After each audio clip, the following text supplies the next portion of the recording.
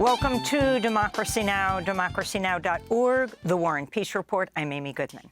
Palestinian officials are accusing Israeli forces of carrying out execution-style killings in Gaza after the discovery of a mass grave containing at least 30 decomposing bodies. Some of the victims were blindfolded with their hands tied behind their backs with zip ties. The bodies were found on the grounds of a school in Beit Lahia.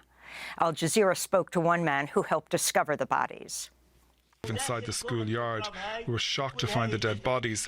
Those are Palestinian civilians, blindfolded and handcuffed at the back.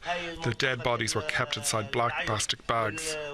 The discovery of the mass grave comes as the death toll in Gaza has topped 27,000. At least another 66,000 people have been injured. The group Euromed Human Rights Monitor is now estimating more than 25,000 Palestinian children have lost one or both parents in Gaza over the last 4 months. In central Gaza, the two largest hospitals in Khan Yunis have run out of food amidst Israel's assault on the city. Dr. Nassim Hassan, the head of the emergency unit at Nasser Hospital, denounced Israel's attacks on medical institutions. We are talking about war and genocide against everyone.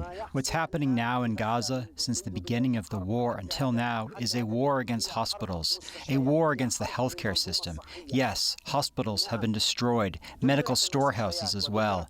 Many ambulance vehicles were destroyed. Many EMS officers were martyred. There have been direct and indirect targeting of paramedics. On the diplomatic front, Hamas's political leader Ismail Haniyeh is reportedly in Cairo today as negotiations continue over a possible pause in the fighting and a new hostage deal. Secretary of State Antony Blinken's also headed back to Israel in the coming days. In more news on Gaza, South Africa's Foreign Minister Naledi Pandor has called on all nations to halt military support to Israel after the International Court of Justice ordered Israel last week to prevent genocide in Gaza. Pandor spoke in Pretoria, South Africa.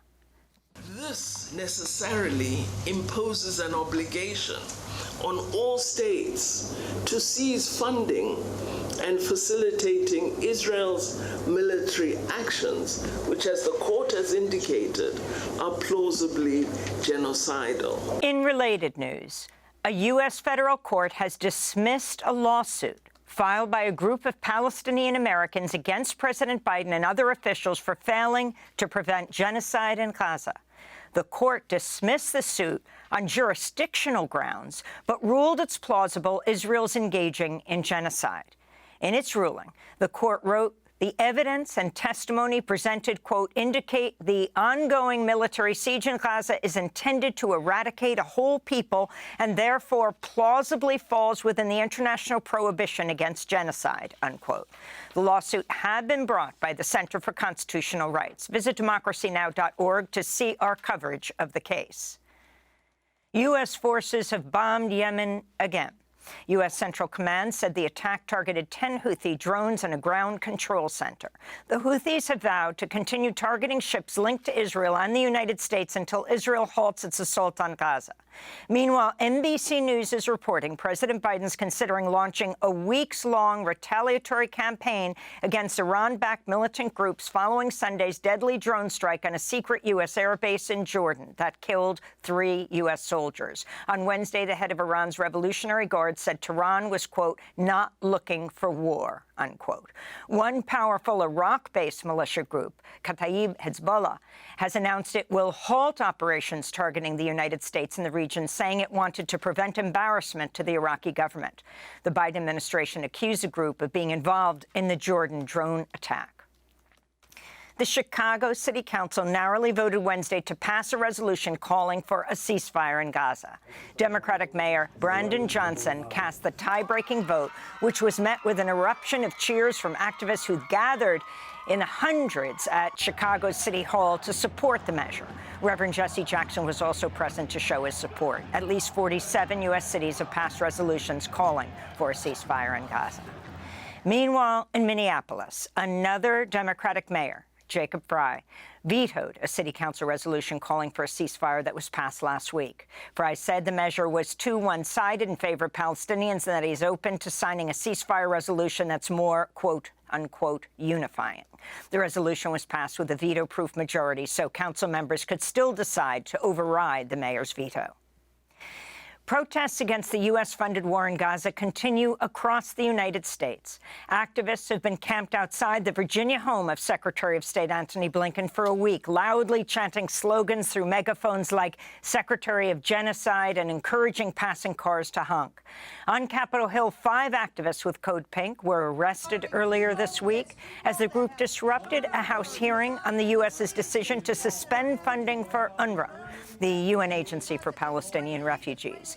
Yesterday, members of the Arab American community in Dearborn, Michigan, gathered to protest against President Biden ahead of his visit today to the key swing state and just weeks ahead of Michigan's February 27th presidential primary.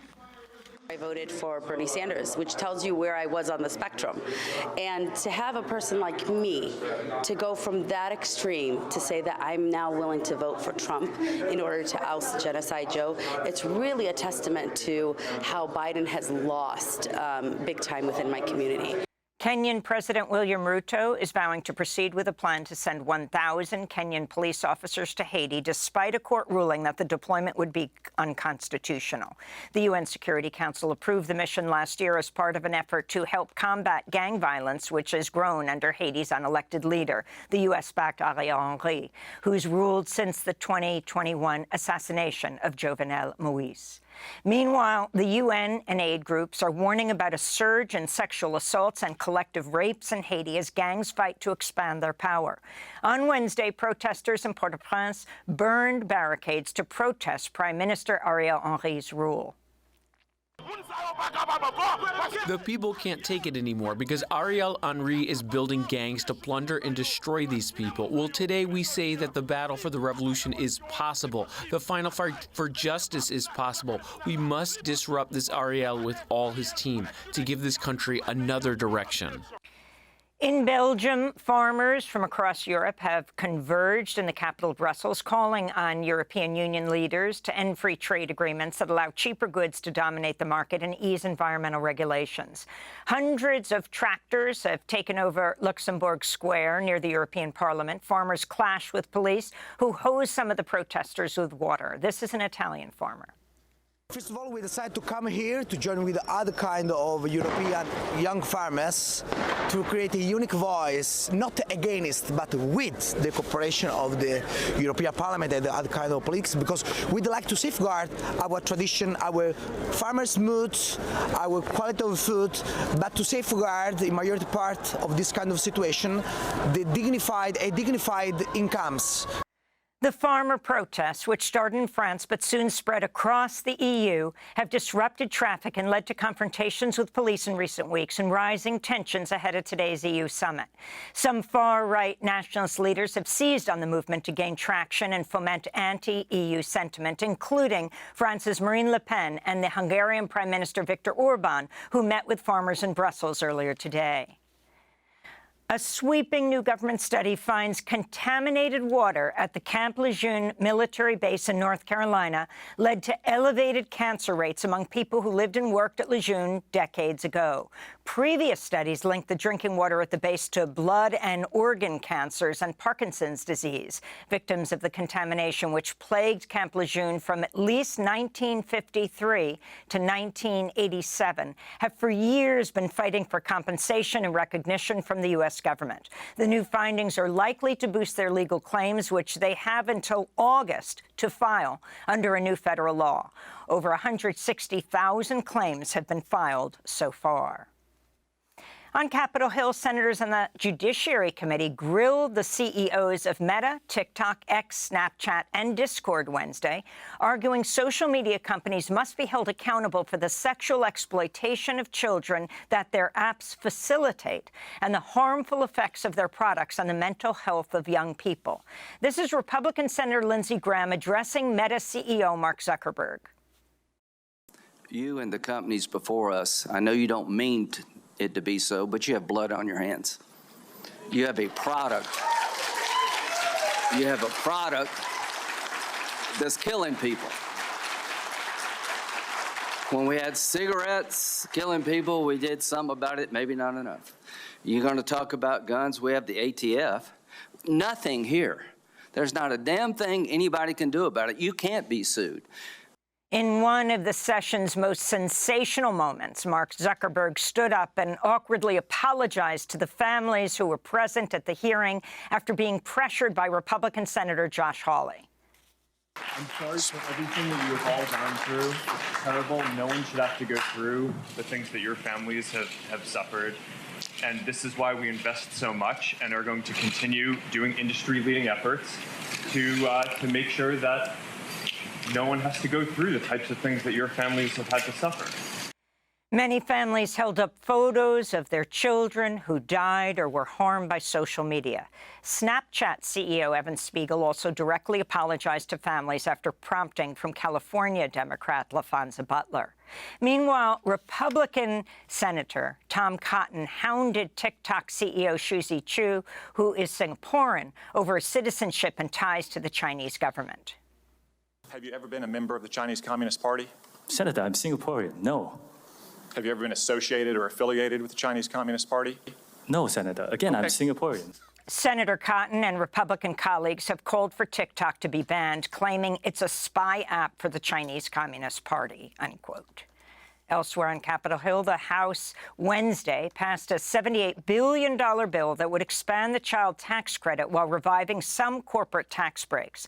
While hailed as a bipartisan victory by centrist lawmakers, around 24 Democrats voted against it. Progressive Congressmember from Texas, Greg Casar, was one of them, arguing, quote, in exchange for a partial return of the child tax credit, Republicans got hundreds of billions of dollars in corporate tax cuts. For every dollar going to kids in this bill, $5 goes to corporations. We have the money to pull every child in America out of poverty. We just need to say no to accepting crumbs while corporations get a full steak dinner, Casar said. A Delaware judge has voided the $56 billion compensation package of Tesla CEO Elon Musk. The judge noted the astronomical 2018 pay package was the largest ever in public corporate history, and that Tesla's board failed to prove the compensation plan was fair. And in more related news, Senator Bernie Sanders and Democratic lawmakers are pushing a union-backed bill that would raise taxes on companies where CEOs make more than 50 times above the salary of an average worker. The measure could raise $150 billion in revenue over a decade. And those are some of the headlines. This is Democracy Now!, democracynow.org, The War and Peace Report. I'm Amy Goodman. And I'm Nermeen Sheikh. Welcome to our listeners and viewers across the country and around the world.